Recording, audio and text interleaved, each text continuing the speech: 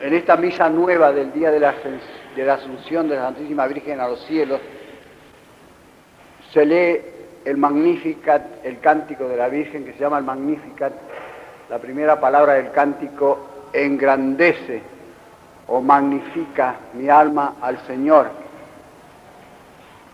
y se alegra mi espíritu en Dios, mi salud dador o mi salvador, porque miró la pequeñez de su esclava.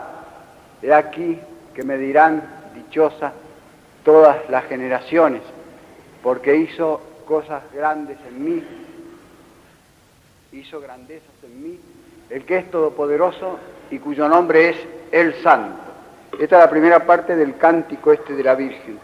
Tiene como 3 partes, tiene 14 o 15 versículos, y lo hizo la Santísima Virgen, no lo duden. Es científicamente cierto que lo hizo la Santísima Virgen, y no lo hizo San Lucas, ni formaba parte del folclore hebreo, como dicen algunos hoy día, sino muchos dicen hoy día, han inventado el midrash y el folclore, de manera que deshacen la Sagrada Escritura diciendo, no, esto no es verdad, es folclore, es folclore. ¿Cómo es posible que una muchacha de 16 años más o menos, quizá analfabeta, haya compuesto un pequeño poemita exquisito en honor de Dios, donde hay 7 o 9 alusiones a la Sagrada Escritura, a la Biblia? Por lo tanto, demuestran que la autora sabía toda la Biblia, o la había oído por lo menos, si la recordaba. Dice Harnack, profesor alemán, no la hizo la Virgen, lo hizo San Lucas. Pero resulta que eso puede ser y fue así, porque hoy día, una muchacha de 16 años o una mujercita cualquiera, tagala de Madagascar o kabila del norte de África, puede hacer lo mismo. Es decir, puede improvisar un canto, una especie de poema tosco para nosotros, para expresar su alegría o su tristeza o su temor o su entusiasmo con toda facilidad. Y son analfabetos, figúrese qué horror, analfabetos. Todavía no han tenido una campaña de desanalfabetización. Allí no habían tenido, los romanos no se ocupaban de fundar un cuerpo de 100 inspectores con 40.000 pesos mensuales de sueldo, con una directora que tiene 165.000 pesos mensuales de sueldo, más que el presidente de la República, para desanalfabetizar a esa pobre gente que, sin embargo, sabía hacer 3 cosas que no las puede hacer hoy día la señora Luz Vieira Méndez, que si las pudiera hacer a lo mejor le pagaban 2,5 millones de pesos mensuales. Es decir, podían primeramente saber, tener en la memoria centenares de recitados como miles de versículos de la Biblia. Segundo, podían entender esos recitados, que son difíciles. Hoy día se quiebran la cabeza los sabios y los no sabios como yo para entender lo que quieren decir, y les cuesta muchísimo trabajo, y esos recitados eran para el pueblo los entendía. Y tercero, podían hacer ellos mismos recitados de esas clases, improvisar esto que llaman recitados de estilo oral, que son una especie de poemitas toscos para nosotros, pero en sí mismos perfectos y refinados, más que la poesía actual. No podían mandar sonetos a la nación ni sacar premios literarios. Jesucristo no escribió ningún libro, ni mandó al concurso de la nación un soneto.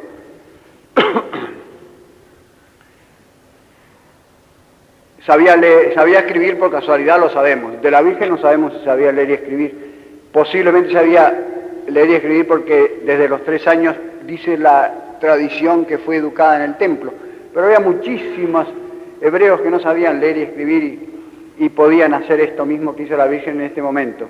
Engrandece mi alma al Señor, mi espíritu se alegra, es Dios mi salud, porque miró la bajeza de su esclava. Por eso me llamarán dichosa todas las generaciones, etcétera, etcétera. Porque hizo en mí cosas grandes el que es todopoderoso y cuyo nombre es el Santo. De manera que la Virgen aquí predijo que durante todas las generaciones, o sea, ya han pasado como 60 o 70 generaciones desde que ella dijo eso, que la alabarían en todo el mundo, y la estamos alabando ahora en este momento nosotros aquí, en una iglesia levantada en honor suyo, y está cubierto el mundo de iglesias levantadas a la Santísima Virgen, a la cual la honran casi como si fuese Dios. ¿Cómo lo supo ella entonces que iba a pasar eso? ¿Cómo supo lo que iba a pasar en el curso de los siglos hasta el fin del mundo? Por todas las generaciones, dice. Dice Carnaral, no lo hizo ella, lo hizo San Lucas.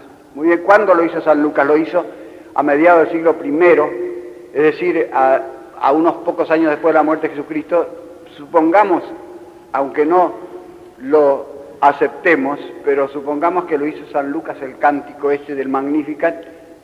¿Cómo supo San Lucas que durante todas las generaciones, que en el siglo XX, en una iglesia de una ciudad que todavía no existía, un Castellani, que ¿dónde estarían los Castellanis en aquel tiempo?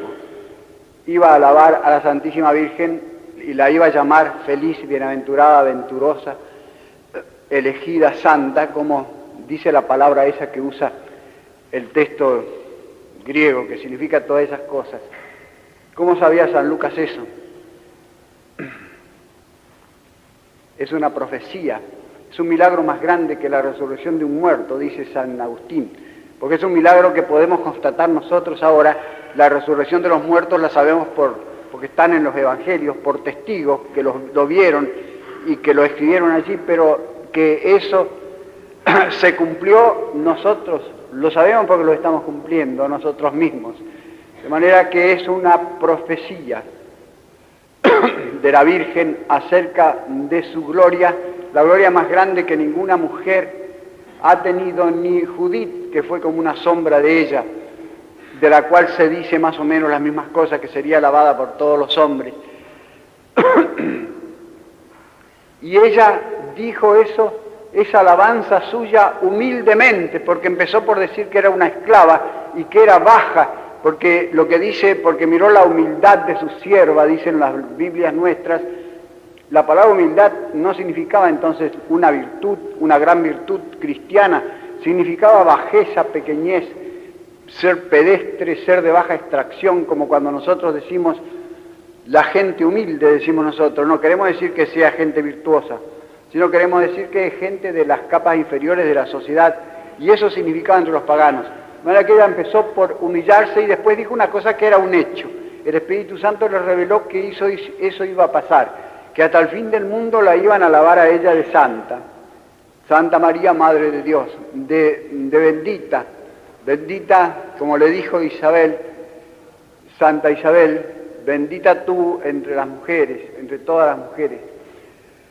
Y después de eso, en la segunda parte, la Virgen predice otra cosa, predice el cambio que iba a hacer el cristianismo en el mundo, es decir, que iba a ser el Mesías, el brazo de Dios, que ella llevaba consigo entonces, en ese momento, porque dijo, hará un esfuerzo con su brazo, Dios. Dispersará a los orgullosos de sus pensamientos, dispersará los pensamientos de los orgullosos, a los potentes los bajará del trono y levantará a los pequeños, a los hambrientos los llenará de bienes y a los repletos los dejará vacíos. Es decir, el cambio que iba a traer el brazo de Dios, que así lo llama a Cristo la Sagrada Escritura, el profeta Isaías 2 veces, David una vez y muchos otros lugares le llaman el brazo de Dios, en versículos que indudablemente tratan del Mesías. Y ella dijo, porque Dios hará grandes cosas, hará un gran esfuerzo, hará cosas potentes con su brazo, es decir, por medio de su Hijo. Pero, es decir, el resumen, lo que va a hacer Dios, dijo la Virgen, es a los pobres, a los humildes, a los pequeños, a los temerosos de Dios los va a levantar, y a los orgullosos, a los soberbios, a los potentes, a los prepotentes, los va a bajar. Lo mismo más o menos que dijo más tarde San Juan Bautista: toda hondonada se levantará y toda montaña se abajará, dijo. Pero esto parece un programa comunista y además no se cumplió. Sí se cumplió. Pero si ahora los pobres están tan abajo como estaban en tiempo de los romanos y tan oprimidos como estaban en tiempo de los romanos o más, sí, ahora justamente porque el mundo ha abandonado o ha comenzado a abandonar el cristianismo, o sea, eso que cambió el mundo y produjo lo que llamó Bossuet la eminente dignidad de los pobres en la Iglesia, cuando esa eminente dignidad ya comenzaba a decaer. Pero en los tiempos de la cristiandad, los pobres se habían levantado y los ricos habían bajado bastante. Siempre habrá pobres y ricos, pero si ustedes leen el teatro clásico español, por ejemplo, porque no hay tiempo de hacer una clase de historia para mostrar cómo se transformó el mundo desde la Revolución Francesa, que surgieron todos esos monstruos paganos del capitalismo, del totalitarismo, de la prepotencia, de la explotación, de la democracia falsa. No puedo hacer una clase de historia ahora, pero si leen allí el teatro clásico donde se describen las costumbres del pueblo español en el siglo XIV, XV y XVI, van a ver que los pobres eran más felices que los ricos tenían sobre sí una carga tremenda que los pobres no tenían. Como decían los aldeanos de Zalamea: vaya a la guerra el alférez y al África el general, mate moros quien quisiere, que a mí no me han hecho mal. Decían, ellos estaban muy tranquilos allí, los nobles tenían que guerrear y los nobles tenían que gobernar el país con grandísimo peligro, porque en ese tiempo la política era una cosa sumamente seria y peligrosa, más que ahora. Se jugaban la vida los que se entregaban a la política. El don Álvaro de Luna, de repente los acusaban de traidores y les cortaban la cabeza. Hoy día los traidores les hacen estatuas. Estamos mucho mejor, hemos progresado enormemente, somos más civilizados. A los traidores a la patria le hacen estatuas ahora. Y también verán con sorpresa que los ricos no eran ricos en ese tiempo. No tenían enormes sumas de dinero, 1.500.000 pesos, como me decía ayer un sacerdote que tiene un señor de Entre Ríos en un banco de Suiza, para gastarlo como quieran, sino que tenían tierras que ellos tenían que hacer producir, y si no trabajaban para hacerla producir o hacían trabajar a sus arrendatarios, no tenían dinero simplemente. Y tenían soldados para defender esas tierras, a los cuales tenían que pagarles. No eran conscriptos que hacían el servicio militar gratis, sino que eran mercenarios a los cuales tenían el oficio de soldados y les pagaban. De manera que era diferente el mundo de entonces, y ese mundo bastante feliz, en cuanto puede ser feliz el mundo, lo produjo el brazo de Dios, es decir, el cristianismo. El cristianismo practicado, la fe, porque tú serás feliz, le dijo Isabel a su prima, porque has creído, has tenido fe, por eso se van a cumplir en ti las cosas que te dijo el ángel. Y las cosas que le había dicho el ángel era que su hijo iba a heredar el trono de David, su padre, es decir, iba a ser rey por mucho tiempo en el mundo y rey siempre, para siempre en realidad, aunque por un tiempo se apagase o se nublase un poco su reyesía. Y la tercera parte del Magnificat, voy a acabar pronto, no quiero ser largo, como me dijo una vez el director de una revista donde yo escribía, que yo fui y le dije, ¿me puede publicar un soneto que he hecho esta semana me dijo, sí, con tal que no sea demasiado largo. Digo, el soneto no puede ser demasiado largo ni corto, siempre tiene 14 versos. La Virgen conecta esta transformación del mundo, o sea, el advenimiento del cristianismo por medio de su Hijo, con la tradición hebrea. Dice que eso es el cumplimiento de las promesas que Dios hizo a Abraham y a su semilla para todos los siglos, y que Dios hizo eso porque en su misericordia acogió a Israel, recibió a Israel, a pesar de que Israel estaba corrompidísimo entonces. Sin embargo, lo perdonó a una parte de Israel, a la parte que podía ser perdonada, a la parte decente de los judíos, digamos. La Virgen conecta con, dice Abraham, a nuestro padre Abraham, Israel, y eso es el cristianismo. De manera que el cristianismo continúa simplemente las promesas de Abraham, padre de todos los creyentes, y continúa el Israel de Dios, y es actualmente el Israel de Dios. Y el otro Israel del tiempo de la Virgen, una parte de él, dejó de ser el Israel de Dios. Esa es la verdad.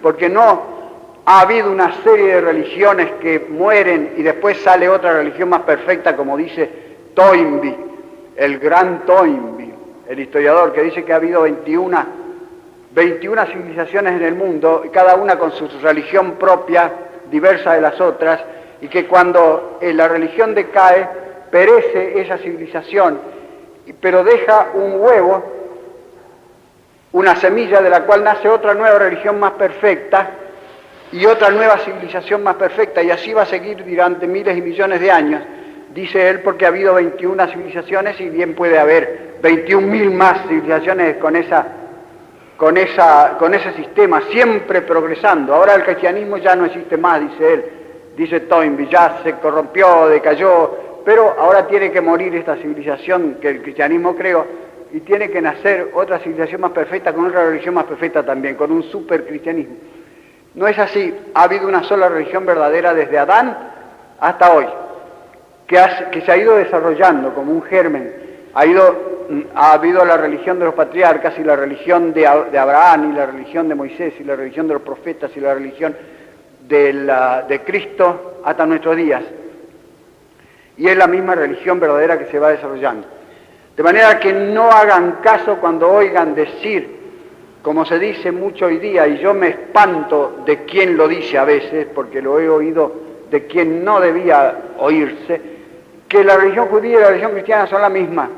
Dicen, o bien dicen que son dos religiones hermanas, que tienen que besarse. Decía el otro día por radio un señor llamado Guillermo Martínez o Fernández Otaeta, que el macaneador más grande que yo he oído en mi vida, es una corona de todos los macaneadores del mundo, ese, que dijo que ahora ha llegado el tiempo que las religiones se abracen, no se abracen, se besen. Dice, y que el principal beso de todos tiene que ser entre la iglesia y los masones. Como dice un libro que escribió un señor Tonton Nagy, un húngaro, que se llama Jesuitas y Masones, el cual está perfectamente demente ahora, como me dicen, es un demente, que fue jesuita y se hizo masón. Según ese libro, tiene que besarse la masonería de la iglesia. Y también, por supuesto, el judaísmo del cual nació la masonería, el judaísmo actual, tiene que besarse con la iglesia. Por eso están haciendo una fuerza terrible los judíos para que el concilio diga que los judíos no mataron a Jesucristo, que el concilio vaticano declare que los judíos no mataron a Jesucristo. Así se puede dar el beso. Nosotros le damos el beso del perdón a los judíos, no porque no hayan matado a Jesucristo, sino porque Jesucristo en la cruz les perdonó. Dijo, perdónalos porque no saben lo que hacen. Y si Cristo, que era el principal ofendido, les perdonó, nosotros también les perdonamos. Pero para perdonar algo tiene que haber una culpa, si no, no se puede perdonar.